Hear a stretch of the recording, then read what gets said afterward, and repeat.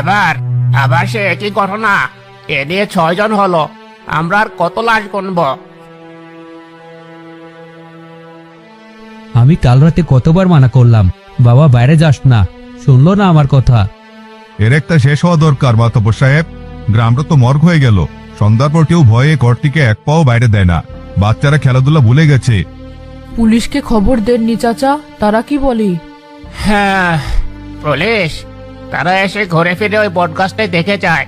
বলে কোনো হিংস্র জানোয়ারের কাজ। শরীরে নাকি দাঁতের দাগ পাওয়া গেছে, কিন্তু আমরা তো জানি এটা কোনো বাঘ বা শিয়ালের কাজ না। এর পিছনে অন্য কোনো শক্তি আছে। শক্তি না ছাই, সবকিছুর মূলে ওই অলক্ষণে গাছটা, ওইটাই পিচাস। ওটাই আমাদের ছেলেদের রক্ত চুষে খাচ্ছে। কেটে ফেলুন ওই গাছ, এক্ষুনি কেটে ফেলুন। ঠিক বলেছি অসীম ভাই, ওই গাছ যতদিন থাকবে গ্রামে ততদিন শান্তি আসবে না। চলুন আমরা সবাই মিলে আজই গাছটা কেটে ফেলি। তোমরা কি ভাবছো চেষ্টা করা হয়নি? গত মাসেও লোক লাগানো হয়েছিল। যে কোরাল দিয়ে গাছের ডালে কোপ দিয়েছে সে সাথে সাথে অজ্ঞান হয়ে পড়ে গেছে। আরেকজনের হাত থেকে কোরাল ছিটকে গিয়ে নিজের পায়ে লেগেছে। ওটা সাধারণ গাছ নয়, ওটা এখন মৃত্যু ফাঁদ। তাহলে আমরা কি করব? এভাবে কি একে একে সবাই মরবো? আমি জানি না। আপাতত সবাই বাড়ি ফিরে যাও। আর আজ থেকে গ্রামে রাতে পাহারার ব্যবস্থা আরো জোরদার করতে হবে। কেউ একা বের হবে না। সবাই সাবধানে থেকো। আল্লাহর কাছে দোয়া করা ছাড়া আমাদের আর কোনো উপায় নেই।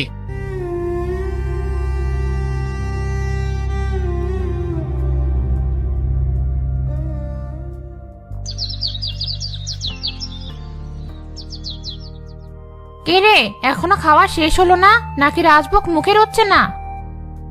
না ভাবি, খাচ্ছি। হ্যাঁ, তা তো খাবি। পরের অন্ন ধ্বংস করতে তো তোদের মতো অলসদের ভালোই লাগে। সকাল থেকে সন্ধ্যা পর্যন্ত তো ভাইয়ের ঘাড়ে বসে খাস, নিজের বলতে তো কিছু নেই। লজ্জা করে না? ভাবি, আমি তো চেষ্টা করছি, কিন্তু কোথাও একটা কাজ জোগাড় করতে পারছি না। বাজার খুব খারাপ। চুপ কর। চেষ্টার নামে সারাদিন টোটো করে ঘুরে বেড়াস। তোর লজ্জা না করলেও আমার করে। লোকে আড়ালে বলে অমুকের ভাইটা একটা অপদার্থ, বেকার। আমার মাথা হেট হয়ে যায়। ভাইয়া তো আমাকে কিছু বলে না। তোর ভাই ভালো মানুষ, তাই মুখ ফুটে কিছু বলতে পারে না। কিন্তু তার ঘরে কতদিন আর বসে খাবি?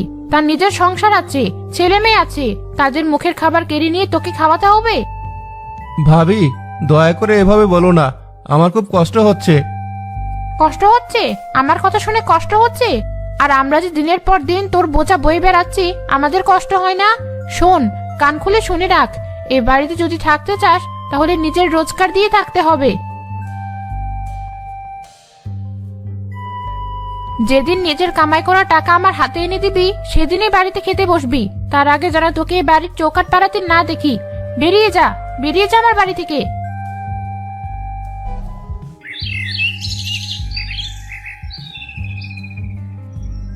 শরীফুল ভাই, তোমার হাতে জাদু আছে। যে ব্যবসায় ধরো সোনা হয়ে যায়। কতটার দাম সৃষ্টিকর্তা সবসময় দেন।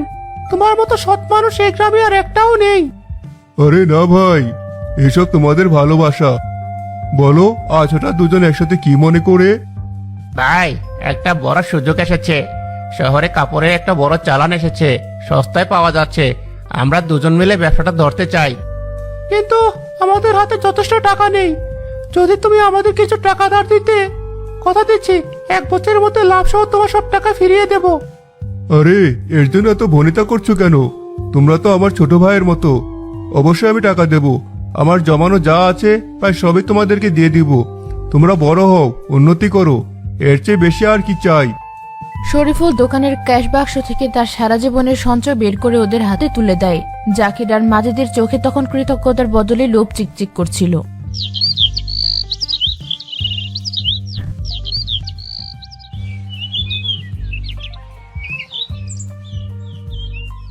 জাকির, মাজেদ, 2 বছর হয়ে গেল। আমার টাকাটা এবার ফেরত দে।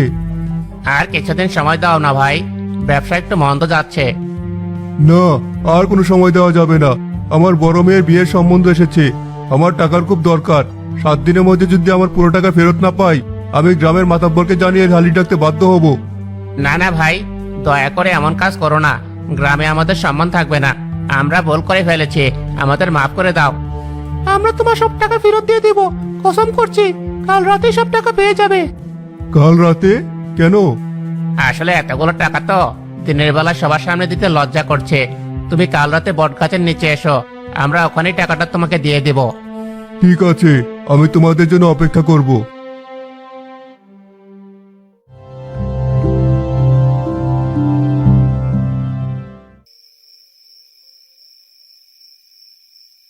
কি ব্যাপার, ওদের তো এতক্ষণ এসে পড়ার কথা। হঠাৎ পেছন থেকে নিঃশব্দে এগিয়ে আসে জাকির আর মাজিদ। দুজনের হাতেই মোটা লাঠি। শরীফুল কিছু বুঝে ওঠার আগে জাকিরের লাঠি সজোরে এসে পড়ে তার মাথায়। ও জাকির, মাজেদ, তোরা তোরা এটা কি করলি? শালিশ ডাকবি? আমাদের সম্মান নষ্ট করবি? তোর এত বড় সাহস! আমাকে আমাকে মেরো না, আমার মেয়ের বিয়ে, দয়া করো, আমি সব টাকা তোমাদের মাফ করে দিলাম। মরা মানুষ আবার টাকা ফেরত চায় নাকি? তোর গল্প আজ এখানেই শেষ। তারা দুজন শরীফুলের নিথর দেহের উপর একের পর এক লাঠির আঘাত করতে থাকে। শরীফুলের আর্তনাদ রাতের অন্ধকারে মিলিয়ে যায়। না, শেষ। চল, লাশটা এখানেই পুঁতে দিই, কেউ কোনোদিন জানতেও পারবে না।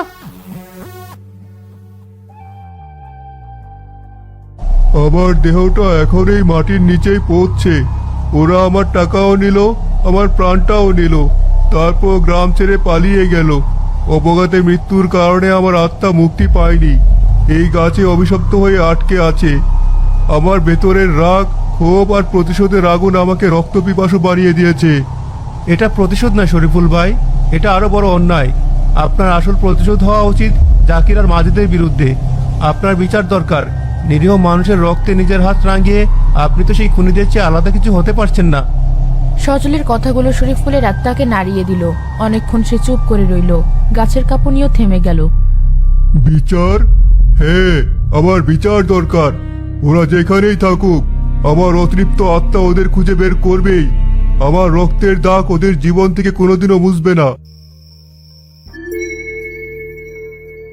সজল সেই রাতের পর আর গ্রাম ছেড়ে যায়নি। সে শরীফুলকে বিচার পাইয়ে দেওয়ার জন্য গ্রামে থেকেই গেছে, কিন্তু গ্রামের মানুষ তাকে সন্দেহের চোখে দেখছিল। তুমি কে বাবা? কোথা থেকে এসেছো? তোমার উদ্দেশ্যটা কি? সবাই যখন ওই বট গাছের ছায়াও দেখে ভয় পায়, তুমি সেখানেই রাত কাটাও, আবার দিব্যি বেঁচেও আছো। বিষয়টা আমার কাছে ঠিক স্বাভাবিক মনে হচ্ছে না। চাচা, আমাকে বিশ্বাস করুন, আমি আপনাদের কোনো ক্ষতি করতে আসিনি।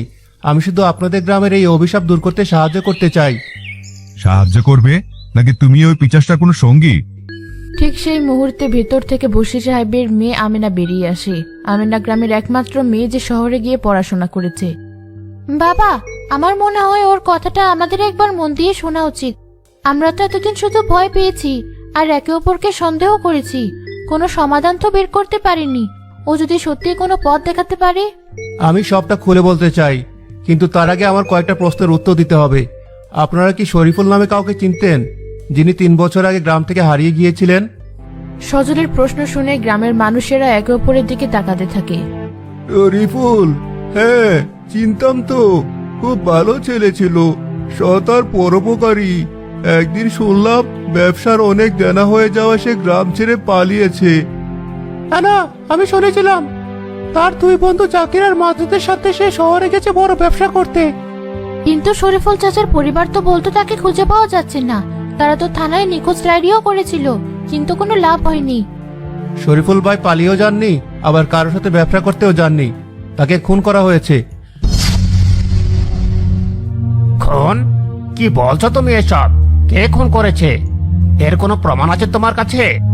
খুন করেছে তারই 2 বন্ধু, জাকির আর মাজেদ, টাকার লোভে। আর প্রমাণ হলো ওই অভিশপ্ত বটগাছ। ওই গাছের নিচেই শরীফুল ভাইয়ের লাশ পুঁতে রাখা আছে। আর তার অতৃপ্ত আত্মা এতদিন ধরে বিচার না পেয়ে গ্রামে আতঙ্ক সৃষ্টি করেছে। সে প্রতিশোধ নয়, বিচার চায়। সজলের কথাগুলো এতটাই অবিশ্বাস্য ছিল যে কেউ সহজে মেনে নিতে পারছিল না। সবাই যখন দ্বিধায় ভুগছে, ঠিক তখনই বশির সাহেবের বাড়ির ফোনটা বেজে ওঠে। হ্যালো, কে বলছেন? হ্যাঁ আছে, দিচ্ছি।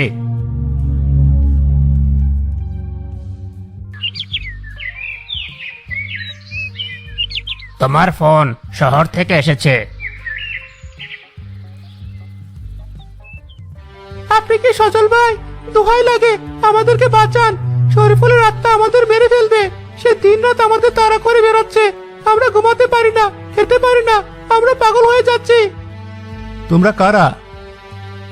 আমি জাকির আর ও মাজেদ। আমরা জানি আপনি শরীফুলের সাথে কথা বলেছেন। আপনি আমাদের এই অভিশাপ থেকে বাঁচাতে পারেন। আপনি যা বলবেন আমরা তাই করব। শুধু ওর হাত থেকে আমাদের বাঁচান। বাঁচার একটাই পথ আছে, পাপের পথ অন্ধকার। সত্য পথে ফিরে এসো, গ্রামে ফিরে এসো। সবার সামনে নিজের দোষ স্বীকার করো। শরীফুল ভাইয়ের দেহটা খুঁজে বের করে সম্মানের সাথে তাকে কবর দেওয়ার ব্যবস্থা করো। তবে তোমরা মুক্তি পাবে, আর এই গ্রামও মুক্তি পাবে। ওপাশ থেকে কোনো উত্তর আসে না, শুধু কান্নার শব্দ শোনা যায়। সজল ফোনটা রেখে দেয়। বাবা, আমার মনে হয় সজল ঠিক কথাই বলছে। আমাদের এখন বটগাছের নিচে ঘুরে দেখা উচিত।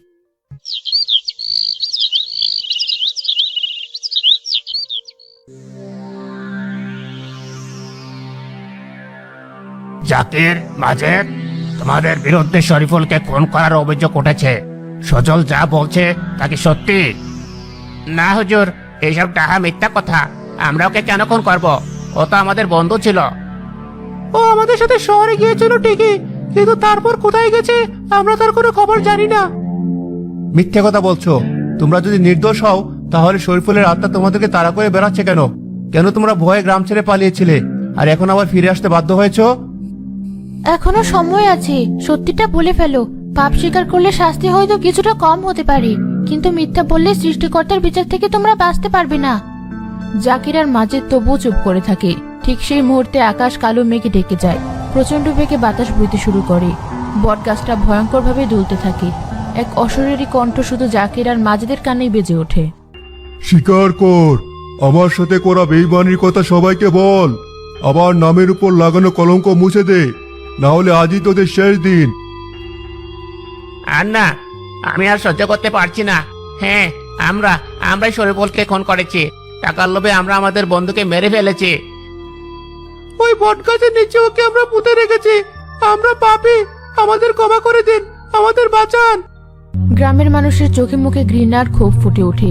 বশি সাহেবের নির্দেশে গ্রামবাসীরা জাকির আর মাজেদকে দড়ি দিয়ে বেঁধে ফেলে এবং পুলিশের হাতে তুলে দেয়।